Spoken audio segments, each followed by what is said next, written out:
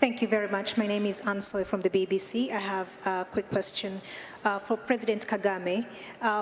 As chair of the Commonwealth, I wonder what your priority will be, especially in terms of upholding the values of democracy and human rights, given that there's been a lot of scrutiny on your country and the record of your government, and critics have been pointing out the number of opposition leaders and journalists who are in prison. I wonder what your leadership of this organization is going to look like in the face of that. Guys, my name is Golden Boy, and I keep on asking, why would a BBC send our black lady? Why? This shows a sign that they know the truth, but have the media to role play. Like BBC knew what response was coming, so they had to send her lady of the soil to get the roast. It is just a clear sign that they know the truth. Now, guys, I want you to watch this video about the response from Paul Kagame. Right. I think checking of facts is a serious problem with the very institutions we should have relied on to inform the public, the general public, the world, about some of these facts, or whether the facts themselves or the interpretation of some of the things that actually happen. Now, let me start with the issue of values. Who defines the values? Or who doesn't actually have values? When people talk about values sometimes, there's one part of the world that has assumed the sole responsibility and the monopoly of defining values. So the rest of us have no values. We've just to keep learning from these ones who define the values. And by the way, the danger also is, it doesn't matter how long you take learning, you will never qualify. You will just always be branded somebody who has no values or who comes from a place where there are no values. So I want to put this case clear. Those from the north who always assume where BBC comes from, who always think they are the face of values, the rest have to follow. It's a big mistake. It's not true. We have values too. We here in Rwanda, in Africa, we do. No question about it. Second, there are some of these problems we have had in our continent, in Rwanda. Those from the north who define or want to define values have been part and parcel of these problems we have been facing. Some of them have actually been the cause of the problems we face. But at the same time, like the genocide here that took place here in Rwanda, where 1 million people over were killed.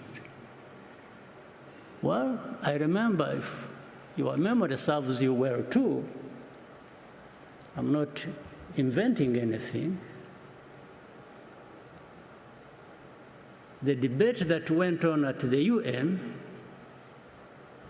it was like, you know, these developed rich countries, those who define values, simply took it like, these are just Africans killing each other. These debates were in the open. But you think that is true? You think the divide that actually led to this genocide was just a creation of Rwandans, not the people from the north who actually divided this country, told people to think of themselves as belonging to one ethnic group and the other to think as belonging to another ethnic group, and therefore they should kill each other. Not only are they different, but they should kill each other. Would you believe that? Would you tell me that the 20 million people, this is documented by other people, not by me, who were killed in the Congo, were killed by other Congolese in the old days of King Leopold? And you think all that just disappeared in a moment? Then you had the savages coming over and taking over their own countries and killing each other. And then the others assume the higher ground. They are up there in the north and keep pointing fingers at those of us and think we have no values and we just are there to, we don't respect freedoms, we don't respect human rights. Sure, do you think so? BBC, you think so? You take time, you broadcast, and from morning to evening, this is literally just abusing people. You're abusing Rwandans, you're abusing Africans, values. What values do you know, my dear sister, on behalf of BBC? So I want to assure you, there is nobody in the BBC or anywhere else thereabout who would be holding values better than we do here in Rwanda. Except if we just want to cover up the mistakes of the same people who want to define these values for us. Or really tragic mistakes of things they have caused. So when you are saying that, you may tell somebody else, people who don't have time to think or who don't have a history where they have struggled with these complications, yes, they will. But here, those of us who have faced what we did, who have gone through what we did, we take our responsibility. Of course, genocide could not have happened just on the hands of others who brought it to us. No. We, Rwandans, have a responsibility. We have our share of the blame for it. But there are others who should take responsibility for that. So I just want to let you know that these issues of upholding values and so on, as far as I'm concerned, as I know, as far as Rwandans are concerned, we don't need any lessons from BBC or from anyone. I tell you this with firm conviction. So, democracy or people in prison you're talking about, there is nobody in Rwanda who is in prison that should not be there, because you have a justice system that is actually functional and is fair. Let me tell you something instead. Actually, there are people who are not in prison who should be there. There are no people who are in prison that shouldn't be there, but there are people who are not in prison who actually should be there. And I'll explain to you if you want. I know, for example, I've been seeing journalists writing all kinds of things. Take somebody, praise her or him, and make them champions of all kinds of things. That's fine. I wish these people are making them champions of their own situations, if they wanted them, but not of our situations. And I give you some details. And what I meant when I said what I said. Take an example who is always written about, and people who have been here even during this Kagame, and they were visiting. There's a woman called Ingabire Victoire, whom BBC and others want to always sing about being the face of the opposition, of them. Okay, fine. And this is one I was referring to. She's not in prison now, but should be in prison now. She was in prison, she committed a crime for which she was tried in the court of law. She was actually sentenced and imprisoned. The government, the president, under the prerogative of the masses, president has that powers. Actually, this woman was released from prison before she served her full sentence. And it wasn't because she was not guilty or whatever. I'll tell you something else which shows double standards, which lead to these things you were asking. She was tried on the basis of evidence that was provided by European countries working with our own justice system. You see, it wasn't just done here. It was done between us and some European countries who provided evidence, corroborating with the evidence we had, and that's on the basis of which she was tried and sentenced and put in prison. Now, but some people decide to make that person an angel of freedom and democracy and something like that. Where does it come from? But she's out there. She's not in prison. But this I'm saying, she should actually be in prison if we hadn't just forgiven her. Okay, we forgave her to be out of prison so that you can pick her and pump her and praise her. Okay, that's fine. If that serves, but I wish it was serving something good for the country. That's okay. Then you have another person whom the very people I was referring to picked, praised, made her a celebrity, him a celebrity, made a hero of, made him a savior of, but I don't know even what he saved. Now, when he faces justice, there is evidence, irrefutable evidence. He was tried in the court of law publicly. Nobody questions the facts on which the evidence is based. But then say, no, you see, this one is, a critic of the president. No, you first answer these facts before you talk about your things that you want to use.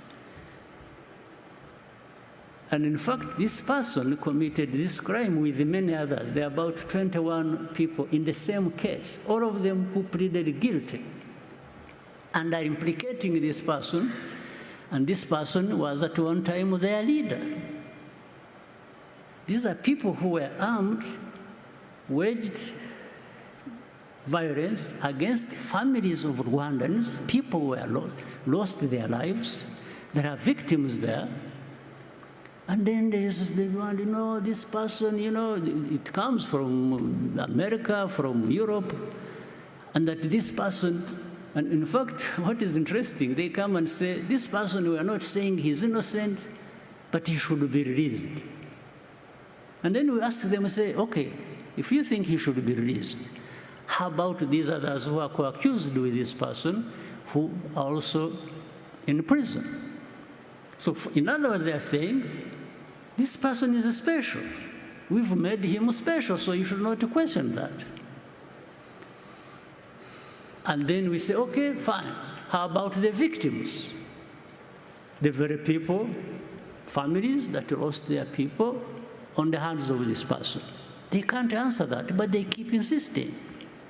So anyway, let me try to cut. You know, sometimes I usually feel that Western media is a political tool they use to manipulate, intimidate, and bully the developing countries. And but what I want to tell you is that this Paul Kagame, whom you are seeing on the screen, is not just one of the puppets that you believe or you think he is, but he doesn't bow to anybody. The Western media, the Western leaders, he doesn't bow. Sometimes this cowardness forget that he is also a well-trained general and also a military intelligence. He knows all the system and intentions more than they think. The rest of the world should also wake up from this. All humans are created equal. No race should claim to be superior than the others because as a Kenyan or as someone who has been in a polished or who I usually fully support Paul Kagame because I also did his interview about a lady who was also asking him when is he going to step down from the office. You can see that the honesty and the clarity and the care for his people when he speaks. Africa needs more leaders like Kagame. Most certainly, rest of the world, including the Poland, could also learn from this. This is a big respect and cannot wait to travel and see Rwanda.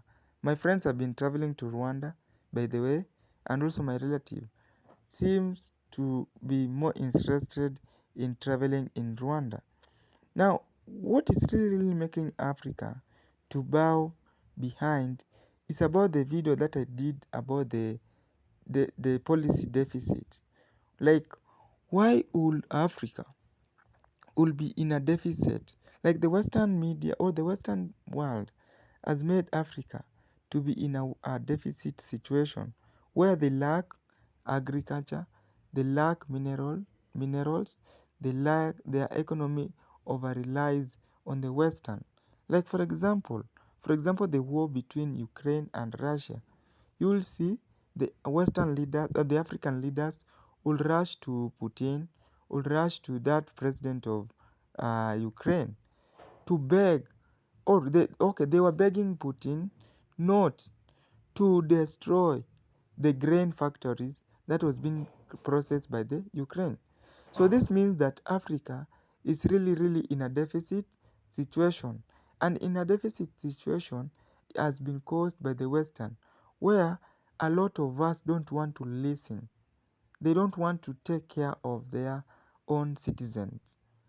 Now, I love this phrase where Paul Kagame talked about like there are no people in prison who should not be there, but there are people who are not in prison that should be. I believe you have understand that. Now, as a Kenyan, I truly understand the double standard of many Western journalism that reflects their colonial mindset of superiority. It is good to see the many so-called third world countries are rejecting the Western super prison of narrative loudly. Now, this is also a respect that I'm going to give to our President Paul Kagame.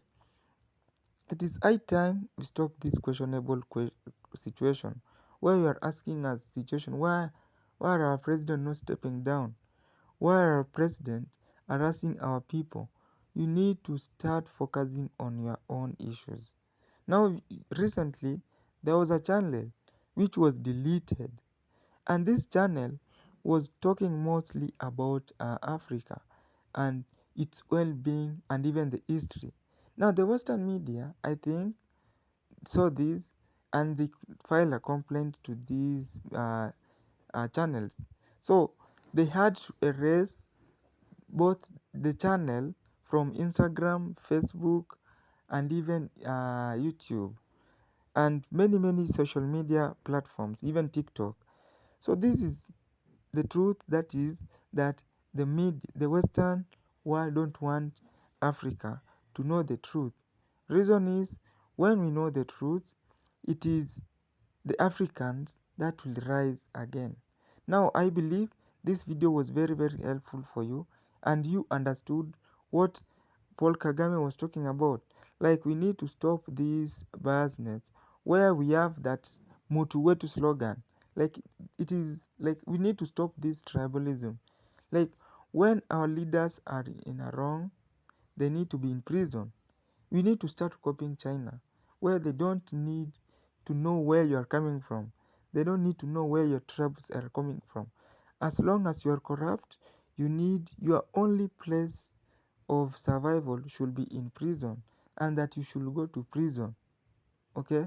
It doesn't mean that you are defying the freedom, but when you are caught on the wrong side, whether you are the president, whether you are the minister, you need to be in the prison. That should be the only formal uh, punishment that Africans should adopt. And we need to stop these issues of tribalism, where when you see your minister of, for example, health has been arrested, you go ahead and start complaining to the court, filing, demonstrating, so that your people can be released. This is the same thing Paul Kagame was talking about the Western media, where the Western media only has to support their puppet, who are supporting their opinions and decisions, who are supporting what they are talking about. We need to stop that slogan. I think this is what the video was all about. Otherwise, I didn't have much to talk about in this video. I'm wishing you a lovely night, good morning, and good evening, wherever this video is going to find you. See you in another episode. My name is Golden Boy.